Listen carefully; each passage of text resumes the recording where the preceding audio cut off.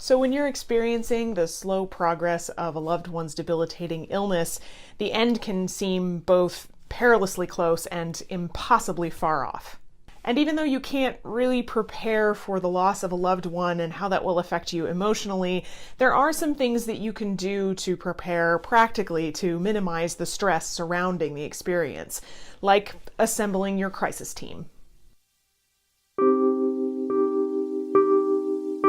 My husband's father recently passed away due to ALS, and in May, when he was in his final days, Jason's dad went into the hospital with difficulty breathing.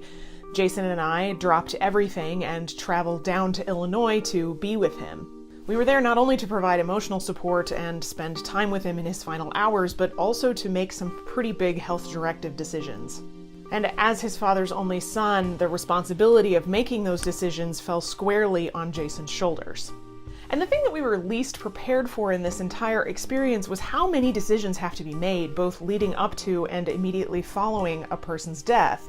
Decisions about resuscitation, extraordinary measures, a hospice care transition, burial and cremation. And the horrible part is that you're supposed to be making these decisions with a sound and logical mind while you're also in the throes of really intense grief. And as a person who studied the brain for many years in graduate school, I know that when your brain and body are experiencing extreme amounts of stress due to things like loss of a loved one, it compromises your ability to think logically and make sound decisions.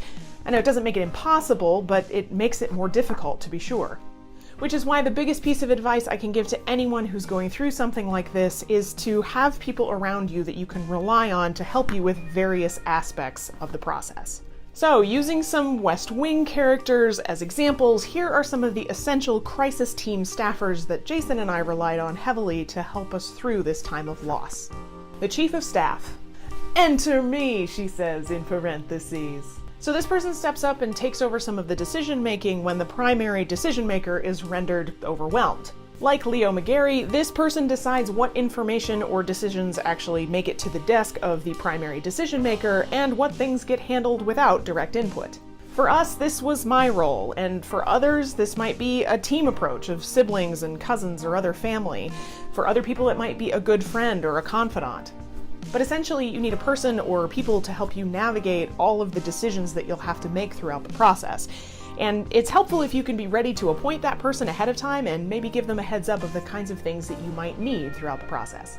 The press secretary.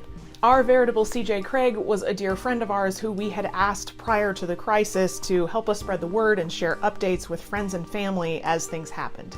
Now, we found there were several advantages to this approach, the first of which is that you only have to tell one person instead of having to regurgitate it 15 times when it's still really fresh and very painful to talk about. The second advantage is that this person serves as a primary contact for other people. So if you don't want to be getting a bunch of concerned texts from your brother's wife's cousin's sister throughout your crisis, it can be really helpful to appoint a crisis press secretary to handle all of those communications. The third advantage to this approach is related to time. Though sometimes during a crisis it can feel like time is moving at the speed of sludge and then suddenly at the speed of light, you'll probably find that you don't have a ton of time or energy to be on the phone talking to people. Having one primary person in charge of communications really maximizes the limited time you have left with the person that you love. The senior assistants. The senior assistants are the Donna Mosses of the crisis team. These people anticipate your needs before you even know they exist, and they do things like bring you food, preferably of the highly comforting variety, or they drop everything and sit with you during the long hours of waiting, or they stay late and show up early to make sure that you have everything you need. These people are invaluable throughout the process. They don't ask you pesky questions like what toppings would you like on your pizza. Instead, they anticipate your needs and make decisions for you so that you have one less thing to decide during the day. The Emotional Support Committee, or the senior staff. We were a small group. Only 3 of us were gathered around Jason's dad's hospice bed, but we had a whole network of Josh Lyman's and Sam Seaborn's and Toby Ziegler's providing emotional and logistical support throughout the process. Though it was pretty easy to feel isolated because we were 6+ hours from home, we found having our really close friends available to us through text or Snapchat actually provided an incredible amount of support, especially during the rough spots. And when we returned home, our friends stepped up in ways that we never expected, which is perhaps the topic for a whole nother video, but suffice to say, we never would have gotten through this without them. But these were the roles that we found especially helpful while navigating this crisis, and I'd recommend that everyone think about who are those people in your life that you can rely on and reach out to when you do face a difficult time. You never know when life is going to throw you a crisis, and it can help to be a little bit prepared and know who you can rely on and reach out to when things get tough.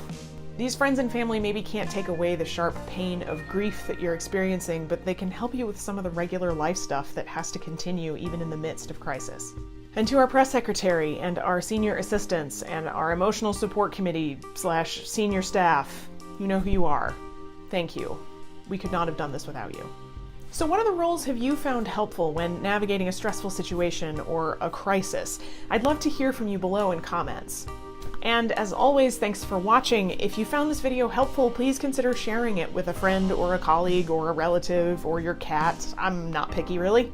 And if you like this video, you can give it a thumbs up down below. It helps other people to find the video. I don't entirely know how, but there's some magic behind the curtain of YouTube that makes that happen.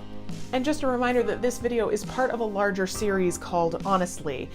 The Honestly series has videos and written posts and maybe at some point some audio, also some visual. I'm on Instagram now. That's a thing that happened. But basically the series talks a lot about the different aspects of grief and loss, as well as the process of trying to build a business while also, trying to live a life. It's complicated, honestly. You can also support the series monetarily over on Patreon. I love it when people do that. It makes my life a lot easier. So thank you to those of you who already support me over there. And if you're interested, links are in the description for how to do that.